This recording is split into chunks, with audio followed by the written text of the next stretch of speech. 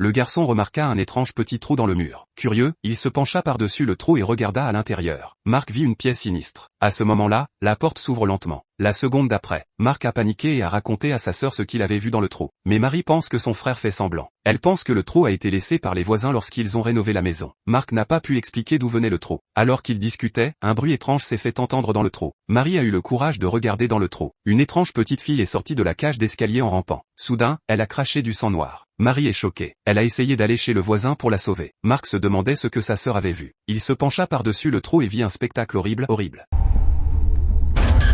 Mas que merda!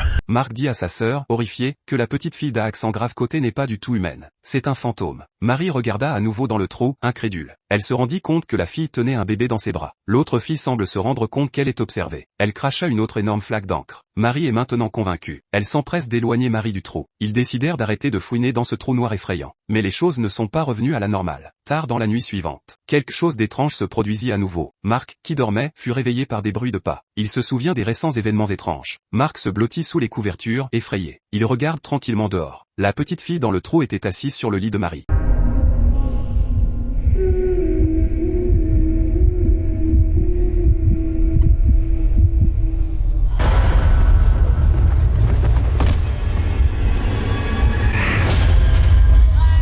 Mais lorsque Marie a allumé la lumière, tout est redevenu calme. Ils ont finalement réalisé que la maison était trop effrayante. Ils ont prévu de partir à l'aube. Mais au matin, Marc a eu un accident. Il a vomi beaucoup de jus de tomate. Marie s'est empressée d'appeler sa grand-mère. Mais celle-ci n'a pas emmené Marc à l'hôpital. Elle lui a plutôt apporté un verre de lait à boire. Au début, tout allait bien. Mais grand-mère s'est soudain inquiétée en voyant le carnet de croquis de Marc. L'un des dessins de l'album était une esquisse griffonnée de la petite fille dans le trou. Mais Marc ne se souvenait pas de l'avoir dessinée. Soudain, grand-mère est redevenue normale. Elle demande à Marc de finir son lait. Puis elle quitte la pièce. Mais étrangement, le croquis a disparu avec elle. Marc a renversé le lait sur la table alors qu'il consultait son carnet de croquis. L'odeur du lait a attiré un chat. Ce joli chat mourra à la place de Marc.